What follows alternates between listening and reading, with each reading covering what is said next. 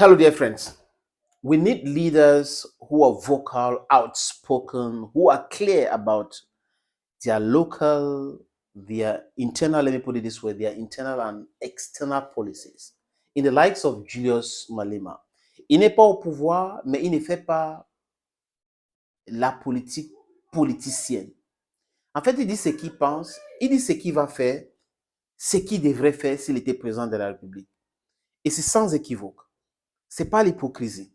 C'est un peu comme ça. Et c'est ce que la guerre que la Russie est en train de mener contre le temps est en train de nous montrer aujourd'hui. Les Russes sont en train de faire quelque chose d'extraordinaire. Montrer aux yeux du monde entier qu'à un moment donné, il faut dire stop. Il faut mettre un thème à cette manipulation. Il faut mettre un thème à ce qu'on appelle le opposant. Il faut mettre un thème à cela. C'est ce qu'ils sont en train de faire. Et les amis doivent montrer qu'ils sont leurs amis. Et Julius Malema n'a pas oublié ce que les Russes ont fait pour la libération de l'Afrique du Sud entre les mains des bandits de l'apartheid, des brigands de l'apartheid. Mandela, à son temps, disait ça aussi clairement, que nos amis ne sont pas forcément vos amis et vos ennemis ne sont pas forcément nos ennemis. En géopolitique, il n'y a que des intérêts des nations. Il n'y a pas de l'amitié. Donc, arrêtez avec l'hypocrisie.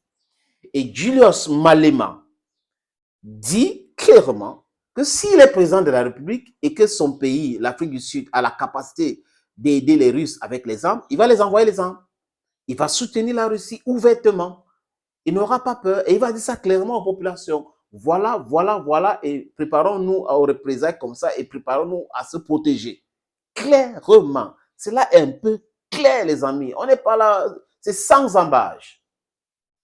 Clean, crystal, clear. And we need people like this who are crystal clear. Let me put it that way, friends. Il continue en disant, si l'Ukraine était intelligent, le leader ukrainien était intelligent, on ne devait pas arriver là. Et malheureusement, quand on parle de guerre, on parle de mort. Si, c'est un fait, on parle de mort. On lui dit, est-ce que tu ne condamnes pas ceci, tu ne condamnes pas cela? Il dit, mais c'est terrible de voir des gens qui tombent, qui meurent tous les jours. Ce n'est pas beau, ce n'est pas bon. Mais seulement, c'est de la guerre.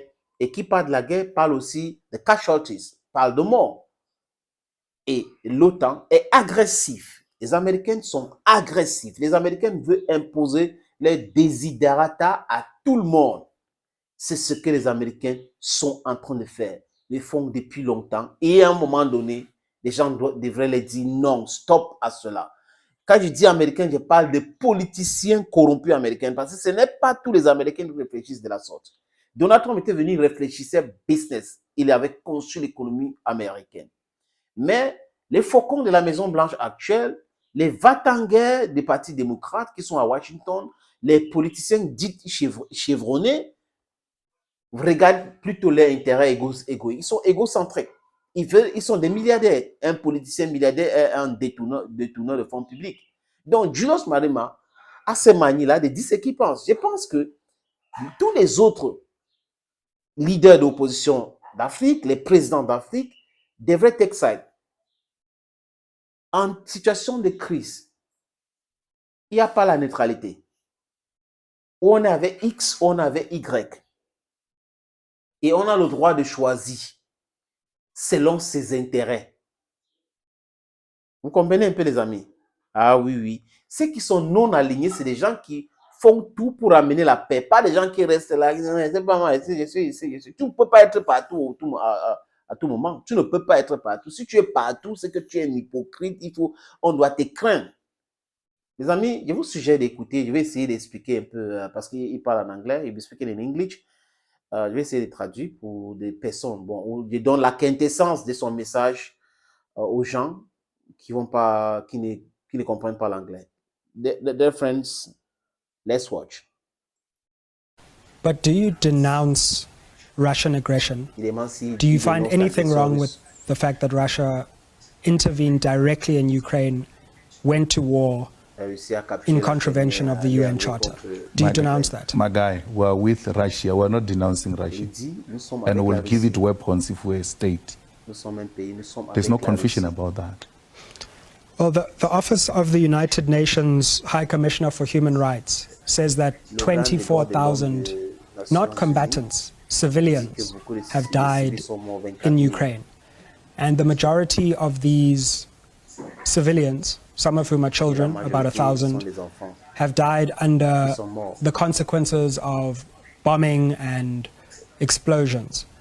So the question is not necessarily one of just geopolitics. It's also a moral question about the loss of innocent life to the tune of 24,000 people. And that matters, doesn't it?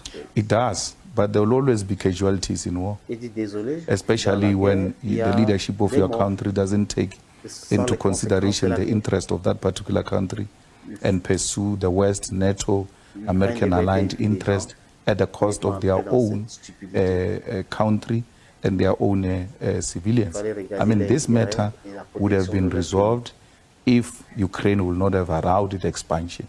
So we are very sympathetic to civilians who lost life, and we will not be proud of such. But unfortunately, my guy, it's a war, and there will be casualties. It is what it is. There are also geopolitical consequences for South Africa, because the more we push towards Russia, and if we were to follow your policy, I take it if you were in charge of South Africa's foreign policy, you would be pushing a pro-Russian alignment stance. Yes. That would have major real consequences for the South African economy, also geopolitically. If we just look at what's happening in the UN, South Africa's recent decision to abstain on a motion left us isolated, where 3/4 of the world supported that motion, including many African states, many states from the global south. Wouldn't it just be practically foolhardy for us to follow a pro-Russian stance when our economy and our geopolitical standing could be called into question? Well, there are consequences for any political decision you take. The implications will be there economically. Do we have alternatives?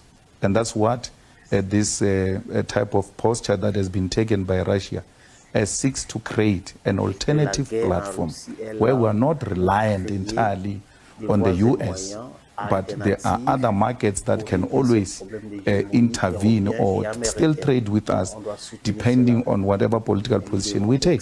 So that's why we believe that any political position you take, there will be economic consequences. I mean, if we were to read the EFF policies, if you were to implement those policies, you ought to conscientize society and make society aware that there will be consequences for such a political decision.